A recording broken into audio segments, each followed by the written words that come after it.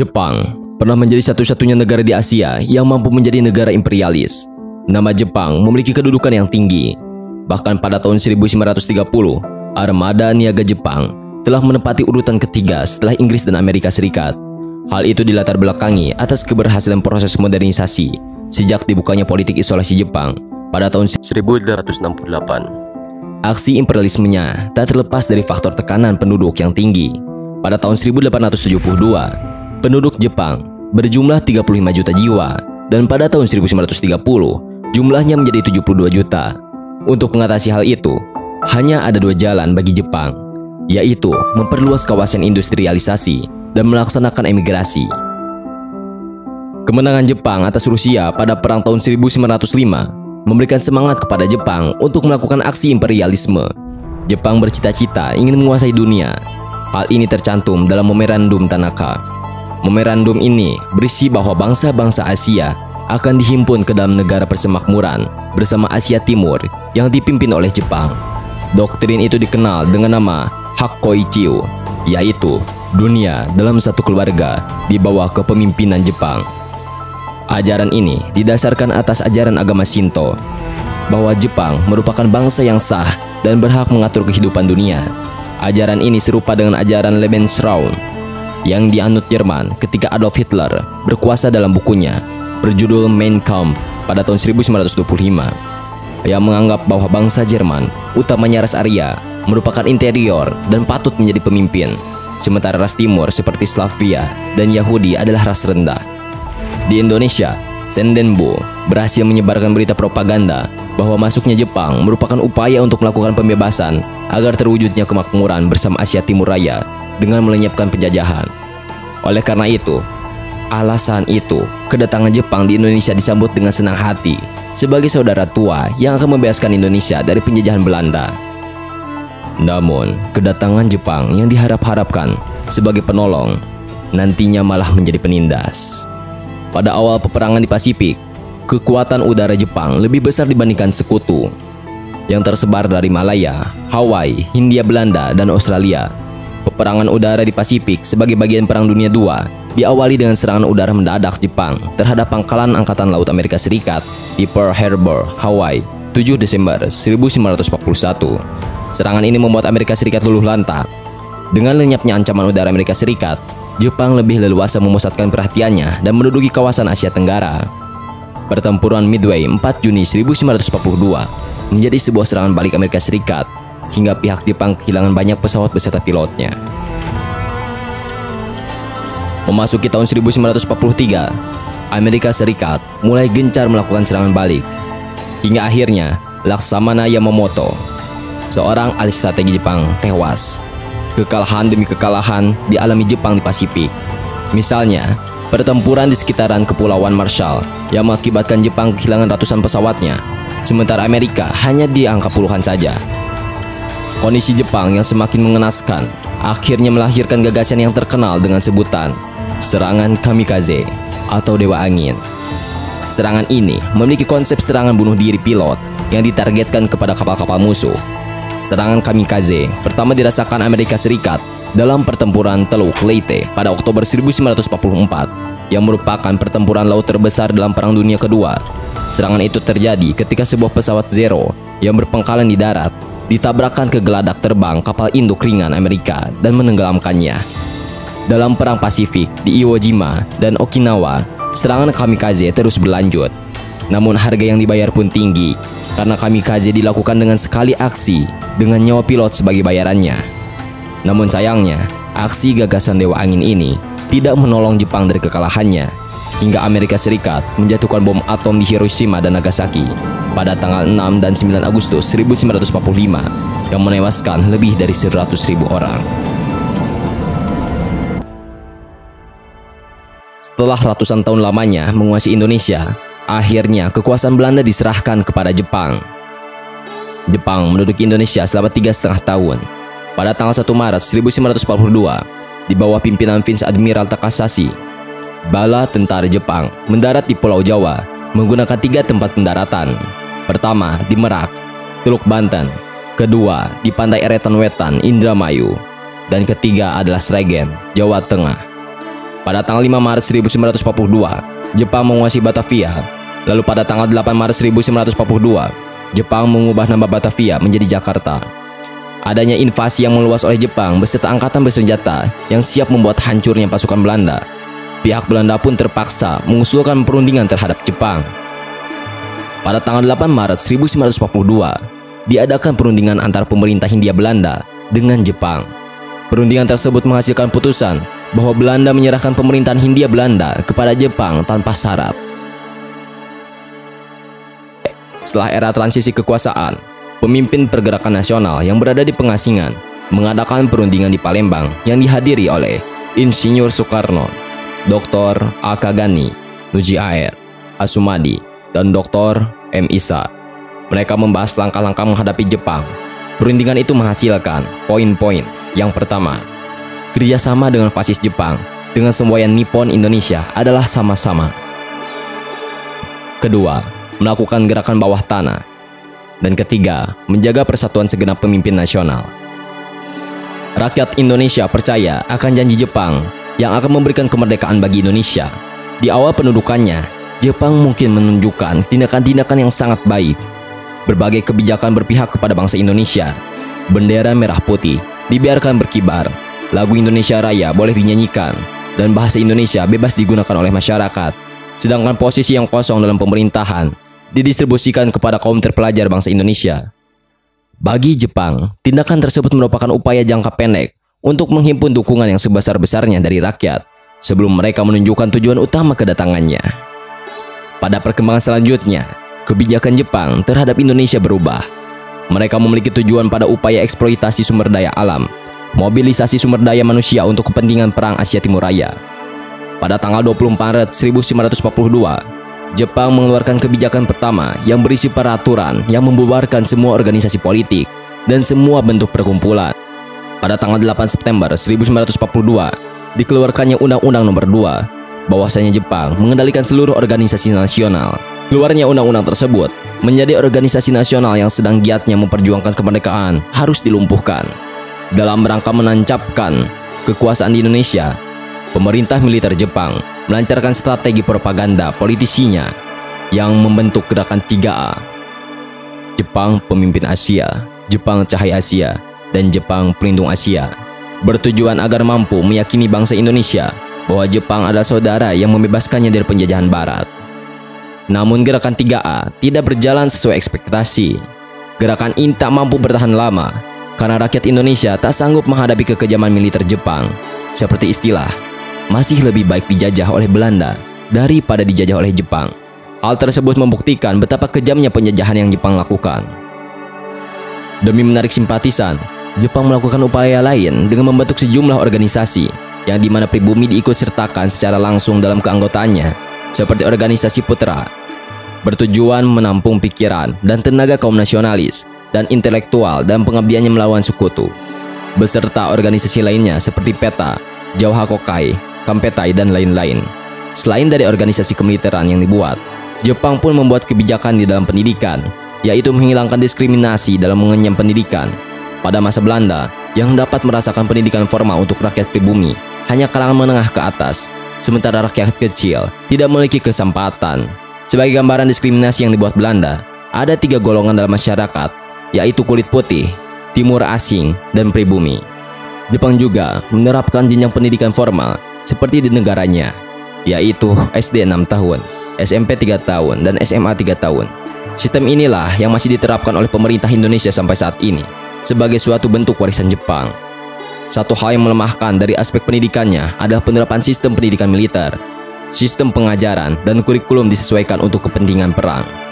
Dengan melihat kondisi tersebut, kita mendapatkan 2 sisi, yaitu kelebihan dan kekurangan dari sistem pendidikan yang diterapkan pada masa Belanda yang lebih liberal namun terbatas. Sementara pada masa Jepang, konsep diskriminasi tidak ada, tetapi terjadi penurunan kualitas secara drastis, baik dari keilmuan maupun mutu murid dan guru. Dalam kebijakannya, Jepang pun memaksa agar masyarakat Indonesia terbiasa melakukan seikerei, yaitu penghormatan kepada seorang kaisar dan dewa matahari dengan cara membukukan kepada matahari. Penerapan seikerei ini banyak ditentang oleh kalangan agama, khususnya dari umat Islam. Salah satu tokoh perlawanan adalah Kiai Haji Hasyim Asy'ari, seorang pendiri Nahdlatul Ulama dan Ponpes Tebu Ireng, Jombang. Akibatnya, Kiai Hasyim pun ditangkap dan ditahan secara berpindah-pindah, mulai dari penjara Jombang, kemudian Mojokerto, hingga akhirnya ke penjara Bubutan, Surabaya. Selama dalam tahanan, Kiai Hasyim Asy'ari mengalami banyak penyiksaan, baik fisik hingga tulang-tulang jari tangan kanannya patah tidak dapat digerakkan. Hingga tanggal 18 Agustus 1942, setelah 4 bulan di penjara, Kiai Haji Hasyim Asy'ari dibebaskan Jepang karena banyak protes yang dilakukan dari para kiai dan santri. Romusa adalah sistem kerja paksa yang dibuat pada masa penjajahan Jepang. Ini hampir serupa dengan Rodi, sistem kerja paksa ini di era penjajahan Belanda. Saat itu, setiap kepala keluarga diwajibkan menyerahkan seorang anak lelaki di bawah usia 30 tahun untuk berangkat menjadi Romusa. Tenaga-tenaga tersebut didapatkan dari desa-desa Pulau Jawa sebagai pula yang paling padat penduduknya.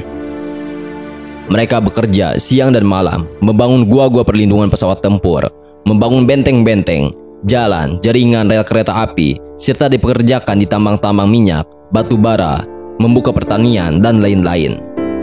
Ngomong-ngomong tentang kerja paksa, lalu apa perbedaan antara Romusa dan Rodi? Mana yang lebih kejam?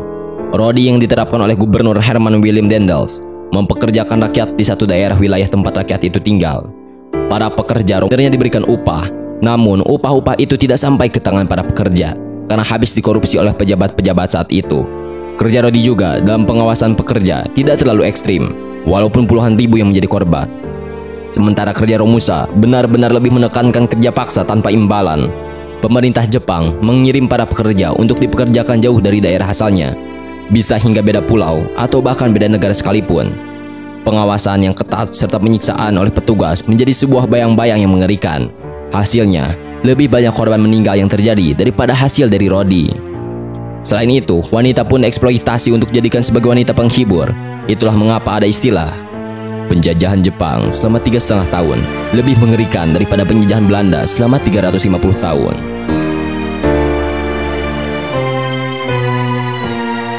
Bung Karno sebagai pemimpin barisan pelopor Jawa Hakokai dalam buku 1261 Hari di bawah sinar matahari terbit karangan Papahan dikatakan mencatat namanya sebagai Romusa dengan nomor urut 979. Dalam propagandanya di depan corong radio, Bung Karno berseru, "Saya seorang insinyur, tapi saya tidak dapat berbuat apa-apa dengan titel saya itu kalau pekerjaannya tidak ada." Bung Karno yang bercelana pendek dari bahan karung bersama 500 pemuda berangkat sebagai pekerja Romusa. Ia tampil di depan memberikan contoh, bekerja mengangkat pasir dari kali untuk pembangunan lapangan terbang. Menyusul rombongan kedua dipimpin oleh Otto Iskandar Dinata, rombongan ketiga, dan seterusnya. Fakta bahwa Soekarno pernah memerintah rakyat untuk melakukan Romusa itu benar adanya. Namun perlu digarisbawahi, itu bukan untuk kepentingan pribadi, tapi untuk kepentingan bangsa Indonesia. Seperti yang kita ketahui, Jepang melakukan taktiknya dengan menyebar propaganda bahwa Jepang adalah saudara dan akan menyelamatkan Indonesia dari penjajahan. Hal itu menarik simpati para nasionalis, termasuk salah satu tokohnya, yaitu Insinyur Soekarno. Pada awalnya, Romusa dipekerjakan sebagai tenaga produktif di perusahaan-perusahaan. Kedudukannya sama seperti buruh. Memasuki pertengahan tahun 1943, kebijakan pengerahan Romusa berubah menjadi usaha eksploitasi.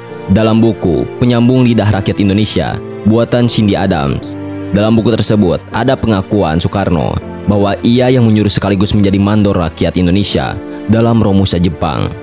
"Sesungguhnya, akulah Soekarno yang mengirim mereka kerja paksa. Ya, akulah orangnya. Aku menyuruh mereka berlayar menuju kematian." Jadi, Soekarno sendiri tidak tahu bahwa Romusa pada akhirnya menjadi sebuah aksi yang memperalat rakyat sebagai kerja paksa. Istilah Soekarno budak Jepang, Soekarno Mandor Romusa, seringkali digaungkan oleh lawan politiknya, yaitu Musso, sebagai pimpinan PKI kala itu. Ia tak menampik perannya pernah bekerja sama dengan Jepang. Akan tetapi, semua itu dilakukan Soekarno sebesar-besarnya untuk kepentingan rakyat. Perlawanan rakyat Singaparna. Perlawanan terjadi di Pesantren Sukamana, Singaparna, Jawa Barat di bawah pimpinan Kiai Haji Zainal Mustafa tahun 1943. Sama halnya dengan Kiai Haji Hasyim Asy'ari, Kiai Zainal pun menolak dengan tegas ajaran Syekh Keraih karena bertentangan dengan akidah Islam serta menolak sistem tanam paksa. Akibat dari sikap itu, Kiai Haji Zainal Mustafa ditangkap dan dibawa ke Jakarta. Setelah sebelumnya beliau bersama rakyat setempat dan para santri yang dibekali ilmu bela diri bertempur sengit melawan penjajahan pada tanggal 25 Desember 1944. Sang kiai ini pun menerima hukuman mati dan dimakamkan di Ancol. Perlawanan rakyat Aceh. Teguh Hamid, seorang perwira bersama dengan satu peleton melarikan diri ke hutan untuk melakukan perlawanan. Peristiwa ini terjadi pada November 1944. Namun sebagian dari mereka pada akhirnya ditumpas oleh Jepang karena ancaman oleh pemerintah Jepang yang akan membunuh pada keluarga pemberontak. Akhir pendudukan Jepang di Indonesia. Menjelang tahun 1944, kondisi Jepang makin memburuk dengan kekalahannya di pertempuran Asia Pasifik. Sementara di Indonesia sendiri, rakyat melakukan berbagai perlawanan pada Jepang. Dengan kondisi demikian, Jepang berusaha memikat hati bangsa Indonesia dengan cara menjanjikan suatu kemerdekaan di kemudian hari. Janji itu diucapkan oleh Jenderal Kuniaki Toiso pada tanggal 7 September 1944 dalam sidang istimewa ke-85 Teikoku Ginkai di Tokyo. Berharap dengan hal itu, rakyat Indonesia bisa berada di pihak Jepang untuk mengalahkan pihak sekutu. Untuk membuktikan janji memberikan kemerdekaan kepada Indonesia, Jepang membentuk Badan Penyelidik Usaha-usaha Persiapan Kemerdekaan Indonesia atau BPUPKI, atau nama lainnya Dokuritsu Junbicho Sakai, yang diumumkan pada tanggal 1 Maret 1945. BPUPKI diketuai oleh KRT Rajiman Wedio Diningrat dengan wakilnya RP Suroso dan Ichi Bangae dengan anggota berjumlah 60 orang. Tugas BPUPKI sendiri adalah menyelidiki dan mengumpulkan bahan-bahan penting tentang ekonomi, politik, dan tata pemerintahan sebagai persiapan kemerdekaan Indonesia. Melalui BPUPKI ini dibentuk dasar negara Indonesia, yaitu Pancasila. BPUPKI dibubarkan pada tanggal 7 Agustus 1945 dan sebagai gantinya dibentuk Panitia Persiapan Kemerdekaan Indonesia atau PPKI atau Dokuritsu Junbi Inkai dengan tujuan mempersiapkan kemerdekaan Indonesia. Sebagai ketua ditunjuk Insinyur Soekarno dengan wakilnya Muhammad Hatta.